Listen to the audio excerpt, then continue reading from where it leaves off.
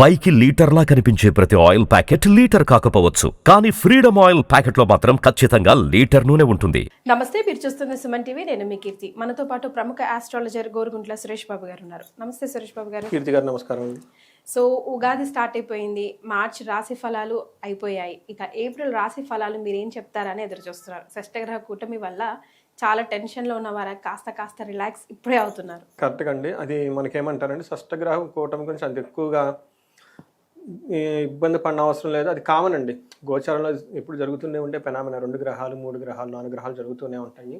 అందరూ చాలా మంది ప్రిడిక్షన్ చేశారు. అది దాని గురించి ఇంకా ఆల్మోస్ట్ అయిపోయింది కాబట్టి, బట్ కొన్ని రాసుల వారికి ఇంపాక్ట్ అయితే పడిందండి.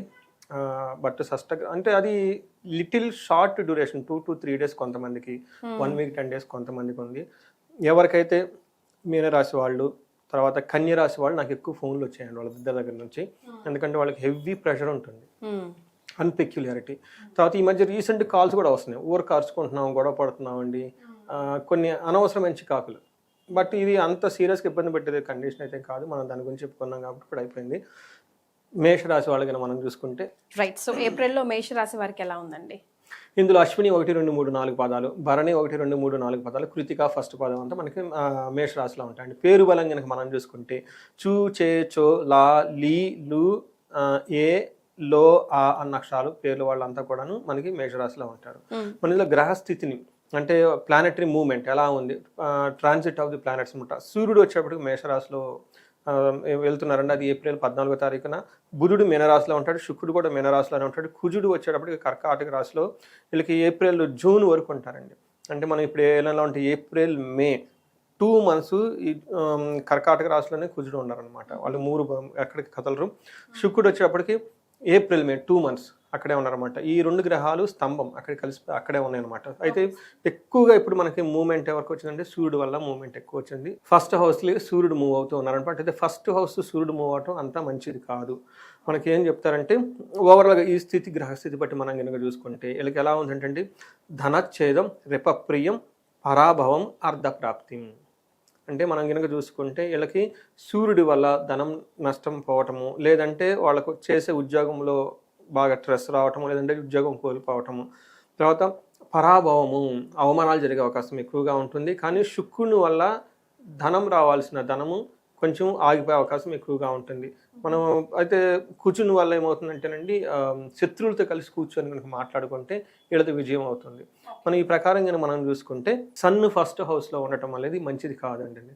మనకేం చెప్తారంటే దేహార్తి స్వతతం కాల సంతాప కాలతీక్రమణ భోజనం బంధుమిత్ర సుహృద్వేష చంద్రరాశిగతో సూర్య అని చెప్పినట్టు, రవో అని చెప్పినట్టు. రవి గనక వాళ్ళ జన్మరాశిలో గనక ఉంటే ఏమవుతుందంట, దేహార్తి శారీరకంగా చాలా అలసటగా ఉంటారు. సతతం కాలాతిక్రమణ భోజనం, సంతాప కాలాతిక్రమణ భోజనం అంటే వీళ్ళకి సంబంధించిన వాళ్ళు ఎవరో ఒకళ్ళు ఇబ్బంది పడుతూ ఉంటే వాళ్ళకి సింపతిక్గా వీళ్ళు కూడా ఇబ్బంది పడాల్సిన సిచ్యువేషన్ ఉంటుంది. టయానికి భోజనం చేయరు. బంధుమిత్ర సుహృద్వేష అంటే బంధువులతోటి, మిత్రులతోటి, ఫ్రెండ్స్ తోటి గొడవలు పడుతూ ఉంటారు అనమాట.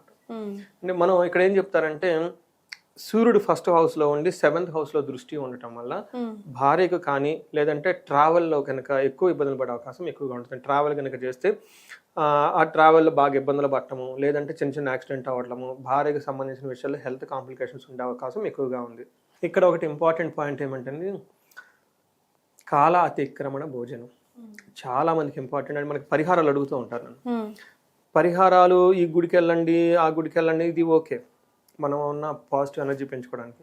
మంత్రాలు చాంటింగ్లు చేయమని చెప్తాం, ఎందుకంటే మన మైండ్ స్ట్రాంగ్గా ఉండాలని. వీటన్నిటికంటే ముందు మన day to day life style అంటే చాలా ఇంపార్టెంట్ అండి. మన ఉదయాన్నే నిద్ర లేకపోవటం, సంధ్యావందనం చేసుకోవటం, లేదంటే చక్కగా స్నానం చేసి యోగా మెడిటేషన్ చేసుకోవటం, ఆధ్యాత్మికంగా ఉండటం చాలా ఇంపార్టెంట్. వీటికంటే కూడా ఇంకా ముఖ్యమైనది టయానికి భోజనం చాలా ఇంపార్టెంట్ అండి. ఎవరైతే టయానికి భోజనం చేస్తూ ఉంటారో గ్రహదోషాలు వాళ్ళని పీడించవు. ఎవరైతే టయానికి భోజనం చేయకుండా ఆ తిన్న భోజనం సరైన భోజనం కాకుండా ఏది పడితే అది ఫుడ్ తింటూ ఉంటారో వీళ్ళకి గ్రహాలు పీడిస్తాయండి. ఓకే, అది సింబల్.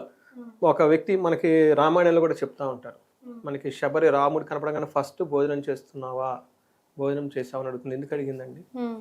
ఆ ఒక్క పని కరెక్ట్గా చేస్తుంటే గ్రహాలు వాళ్ళని బాధపెట్టారు. మీరు గమనించండి, కొంతమంది హార్బుల్గా వర్క్ చేస్తారు, టయానికి నిద్ర లేగరు, ఎప్పుడు పడితే అప్పుడు నిద్ర లేస్తారు, ఎప్పుడు పడితే అప్పుడు ఫుడ్ తింటారు, ఏది పడితే అది తింటారు, ఒకసారి వాళ్ళు ఏదో దేశం కోసం అందరి గురించి త్యాగాలు చేస్తుంటే భోజనం మీద సాక్రిఫైస్ చేస్తారు. మరి అలా చేసిన వాళ్ళు సక్సెస్ అవ్వరండి. మీరు గమనించండి, at the one fine day they will quit that job or position. అంటే భోజనం వల్ల గ్రహాలు అనుకూలించవు, మీరు చెప్పేది ఆ పాయింట్. మనం రివర్స్గా అనుకుంటామేమో ఇన్ని రోజులు, అంటే గ్రహాలు అనుకూలించట్లేదు కాబట్టి టైంకి తినలేకపోతున్నాం. ఇట్స్ వైస్ వర్సా అండి. గ్రహాలు మనం పుల్ చేస్తూ ఉంటాయి ఎప్పటికప్పుడు బ్యాక్ సైడ్లో, బట్ మనం తింటూ ఉండాలి. టయానికి భోజనం తింటమే ఒక ఏమంటారు రెమెడీ, కరెక్ట్. అందుకని చూడండి, కాలాతిక్రమణ భోజనం వీళ్ళకి ఎందుకు? సూర్యుడి వల్ల. సూర్యుడు సరైన ప్లేస్లో లేడు కాబట్టి వీళ్ళు భోజనం సరిగా తింటలేదు. అంటే వీళ్ళు భోజనం తింటూ ఉంటుంటే సూర్యుడికి ఇంపాక్ట్ పోతుంది కదా. అది అందులోనూ సూర్యుడికి సంబంధించి మనకి మహాభారతంలో ఒక అక్షయ పాత్ర ఇస్తారు. సూర్య భగవానుడు ధర్మరాజుకి అక్షయ పాత్ర ఇస్తారు. అంటే ఈ అక్షయ పాత్ర ద్వారా వచ్చిన వాళ్ళు మొత్తానికి భోజనం పెట్టొచ్చు. ఎవరి దగ్గర నుంచి వచ్చింది? సూర్యుడి దగ్గర నుంచి వచ్చింది. అంటే సూర్యుడికి అన్నాన్ని పెట్టే ఇచ్చేది, అన్నాన్ని తీసుకునే ఒక కెపాసిటీ అనుకుంటున్నాను. అందుకని చూడండి, ఇందులో ఏం చేశారు? సతతం కాలాతిక్రమణ భోజనం, టయానికి భోజనం చేయరంట. ఎవరైతే టయానికి భోజనం చేయరో వాళ్ళకి సూర్యుడు అనుగ్రహం లేనట్లే మన రియల్ లైఫ్లో క్యాచ్ చేసుకుంటే. అందుకని మనం జలుగు భోజనాన్ని ఎప్పుడు మిస్ చేయకూడదు. ఆయన ఖుషి అయిపోతాడు, అంతే, హ్యాపీ ఫీల్ అయిపోతారు అనమాట. ఆయన యొక్క గ్రహం ఇంపాక్ట్ తగ్గిపోతుంది. ఇది ఒక remedy, beautiful remedy, practical remedy. తర్వాత మార్స్ వీళ్ళకి 4వ ఇంట్లో ఉండటం వల్ల మిక్స్డ్ రిజల్ట్ ఇస్తారు. ఏమవుతుందంటే వీళ్ళకి 11th హౌస్లో మార్స్ ఉండటం వల్ల ఏమవుతుంటే ఆరోగ్యం బాగుంటుంది, ధనలాభం బాగుంటుంది, వస్త్రలాభం, అనుకున్న పనులన్నీ జరుగుతూ ఉంటాయి. కానీ 4వ ఇంట్లో ఉండటం వల్ల వీళ్ళకి బంధువుల వల్ల చిరాకులు, మిత్ర ద్రోహం, వీళ్ళని బాగా ఎవరైనా ఫ్రెండ్స్ ఉంటే ఈ టైంలో వీళ్ళకి కుజుడు చాలా 2 months ఉండబోతున్నారు. జూన్ వరకు ఉండబోతున్నారు. అంటే ఏప్రిల్, మే, జూన్ వరకు ఇలా ఆల్మోస్ట్ వీళ్ళకి అక్కడ ఉండటం వల్ల వీళ్ళకి మిత్రుల ద్వారా దోహం చేసే అవకాశం ఎక్కువగా ఉంది కాబట్టి చాలా కేర్ఫుల్గా ఉండాలి. తర్వాత స్థాన భ్రంశం, వీళ్ళకి 2 గ్రహాలు, సూర్యుడు, కుజుడు, 2 గ్రహాల వల్ల ఉద్యోగంలో బాగా ప్రాబ్లం వచ్చే అవకాశం ఎక్కువగా ఉంటుంది ఈ రాశి వాళ్ళకి. అందులోని మేషరాశి వాళ్ళకి ఉగాది నుంచి ఏలినాటి శని కూడా, శని ప్రభావం కూడా స్టార్ట్ అవుతుంది కాబట్టి కొంచెం కేర్ఫుల్గా ఉండటం ఎంతైనా అవసరం. తర్వాత వీళ్ళకి అగైన్ 7th హౌస్లో దృష్టి ఉండటం వల్ల ఇబ్బంది కలిగించే మాట్లాడటం, భార్యతో పట్టింపులు, గొడవలు ఉండే అవకాశం ఎక్కువగా ఉంది. శుక్రుడు కూడా వీళ్ళకి అనుకూలంగా లేరు 12th హౌస్లో ఉండటం వల్ల. ఇది కూడాను చోర భయం, ఆయుధ భయం, కష్టాలు, తర్వాత వ్యవసాయ ఇట్లాంటికి సంబంధించిన వాటిలో విఘ్నాలు కలిగే అవకాశం ఎక్కువగా ఉంటుంది. టోటల్గా చూసుకుంటే డిసీజెస్ అవన్నీ వచ్చే అవకాశం చాలా ఎక్కువగా ఉంది. సో మేషరాశి వాళ్ళు చాలా జాగ్రత్తగా ఉండాలి. షష్టగ్రహ కూటం వల్ల కూడాను వీళ్ళకి ఎఫెక్ట్ ఉంటుంది. ఎందుకంటే వీళ్ళ రాశి నుంచి 12వ ఇంట్లో 6 గ్రహాలు ఉంటాయి. 6 కాకుండా తర్వాత గ్రహాలు అన్నీ పోతూ ఉంటాయి కాబట్టి, బట్ ఎక్కువ మేజర్ గ్రహాలు ఉండటం వల్ల 12వ స్థానాన్ని వ్యయస్థానం, మోక్ష స్థానం, ఖర్చులు, విపరీతమైన ఖర్చులు ఉండటము, హాస్పిటల్కి వెళ్ళటం, ఇవన్నీ జరిగే అవకాశం ఎక్కువగా ఉంది. కాబట్టి ఈ రాశి వాళ్ళు అట్లీస్ట్ 15th నుంచి ఏప్రిల్ 15th నుంచి 25th వరకు ఈ 10 days వీటి యొక్క ఇంటెన్సిటీ చాలా ఎక్కువగా ఉంటుంది. సో ఇది మోస్ట్ పీక్ టైము, ఇంటెన్సిటీ ఉంటుంది. కాబట్టి ఈ విషయాల్లో మళ్ళీ కేర్ఫుల్గా ఉంటే చాలా బాగుంటుందండి. రైట్. సో మరి మేషరాశి వారికి నక్షత్రాల ప్రకారం ఎలా ఉంటుందో చెప్తారా? మనకి అంగగోచారం మనకు కాన్సెప్ట్ ఉందండి జ్యోతిష శాస్త్రంలో. ఇది అశ్విని, భరణి, కృతిక 3 నక్షత్రాలు ఇందులో ఉంటాయి. అశ్విని నక్షత్రం వాళ్ళకి కనుక చూసుకుంటే వీళ్ళకి మృత్యు భయము, నాశనము, కలహము, నాశనము చూపిస్తూ ఉంది. అంటే అశ్విని నక్షత్రం వాళ్ళు చాలా కేర్ఫుల్గా ఉండాలి ఈ మంత్. మనం ఇప్పటిదాకా చెప్పుకున్నట్లు గ్రహస్థితి వల్ల అయితేనేమి, వీళ్ళకి షష్ఠ గ్రహ కూటం అయితేనేమి కొంచెం కేర్ఫుల్గా ఉండాలి ఈ మంత్. బట్ ఓవరాల్గా సౌఖ్యంగా ఉంటారు, టెన్షన్ పడిన అవసరం లేదు. తర్వాత భరణి నక్షత్రం వాళ్ళకి మృత్యు భయము, కలహము, క్షేమము, సౌఖ్యము. అంటే అశ్వినితో పోలిస్తే భరణి వాళ్ళు కొంచెం బెటర్గా ఉన్నారు. కృతికా నక్షత్రం వాళ్ళకి లాభం బాగుంటుంది, సౌఖ్యంగా ఉంటుంది, క్షేమంగా ఉంటారు. పరవాసం, ఫారిన్ వెళ్ళాలి అని ఎవరైనా కనుకుంటే వాళ్ళకి చాలా బాగుంటుంది. బట్ కృతికా నక్షత్రం వల్ల ఒక 15 days ఏప్రిల్ 14th తర్వాత వీళ్ళకి మృత్యు భయం ఉండే అవకాశం ఎక్కువగా ఉంది. అంటే మనకి ఏ ప్రకారంగా చూసుకున్న అశ్విని నక్షత్రం వాళ్ళు కొంచెం కేర్ఫుల్గా ఉండడం చాలా చాలా అవసరం ఈ మంత్లో, పర్టికులర్ ఏప్రిల్ మంత్లో. మనకి వీళ్ళకి ఏ నక్షత్రానికి లత్తా లేదు. కుజుని వల్ల వీళ్ళకి కొంచెం హెల్త్ కాంప్లికేషన్స్ ఉండే అవకాశం ఎక్కువగా ఉంది. బ్లడ్లో చేంజెస్ వచ్చి కొంచెం బాడీ ఓవర్ హీట్ అయ్యి అటు ఇటు తిరగటం వల్ల అయితేనేమి కొంచెం వైరల్ ఫీవర్ కానీ బాడీ హీట్ చేసి బర్నింగ్ సెన్సేషన్స్ అవన్నీ వచ్చే అవకాశం ఎక్కువగా ఉందండి. ఓకే. భరణి వాళ్ళకి ఓకేనండి. భరణి వాళ్ళకి లత్తా కానీ అలాంటిది ఏమీ లేదు. భరణి వాళ్ళు అశ్వినితో పోలిస్తే చాలా బెటర్గా ఉంది. రైట్. మరి వీరికి ఏం రెమెడీస్ వచ్చేస్తారు సురేష్ గారు? వీళ్ళకి సూర్య భగవానుడు, తర్వాత కుజుడు, 2 క్రూర గ్రహాలండి. ఈ 2 వీళ్ళకి సరిగా లేవు. అయితే మనకి బుధుడు, శుక్రుడు బాగున్నారు. అంటే 2 గ్రహాలు పాజిటివ్గా ఉన్నాయి, 2 గ్రహాలు నెగిటివ్గా ఉన్నాయి. బట్ ఈ నెగిటివ్గా ఉన్న గ్రహాల యొక్క ఇంపాక్ట్ చాలా ఎక్కువగా ఉంటుంది. వీళ్ళకి కుజుని వల్ల గొడవలు అయ్యే అవకాశం ఎక్కువగా ఉంది కాబట్టి బ్రదర్లతోటి, సోదరులతోటి, కుటుంబం వాళ్ళతో చాలా పేషెన్సీగా ఉండాలి డీల్ చేసేటప్పుడు.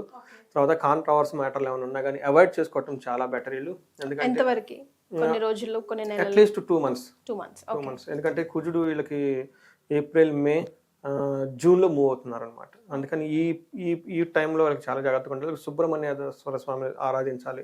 సుబ్రహ్మణ్య అష్టకం కానివ్వండి, సుబ్రహ్మణ్య భుజంగ స్తోత్రం అని ఉంటుంది, ఇది కానివ్వండి. ఇంకా వీళ్ళు ఎక్కడైనా సరే సుబ్రహ్మణ్యేశ్వర స్వామి గుడికి వెళ్ళేసి నిమ్మ దీపం పెడితే చాలా బాగుంటుంది. చాలా సింపుల్, బెస్ట్ రెమెడీ అనమాట. తర్వాత సూర్యుడికి సంబంధించి చేస్తే సూర్యుడికి నమస్కార ప్రియుడు, నమస్కారం చేసుకోవటం, గాయత్రి మంత్రం చదువుకోవటం. ఎవరికైతే ఉపనయనం కనుక అయ్యి ఉంటుందో వాళ్ళు త్రికాల సంధ్యావందనం ప్రాపర్గా చేసుకోవాలి. నాకు అప్పుడప్పుడు కొంతమంది ఫోన్లు చేస్తుంటారు, మాకు ఉపనయనం అయింది, గాయత్రి మంత్రం ఉపదేశం చేసుకున్నాం, బట్ ఎప్పుడో మర్చిపోయాం, ఆ ప్రొసీజర్ గుర్తులేదు. కొంతమందికి ఏంటంటే జస్ట్ అలా చేసి వదిలేస్తారు, అంటే రెగ్యులర్ ప్రాక్టీస్ చేయరు.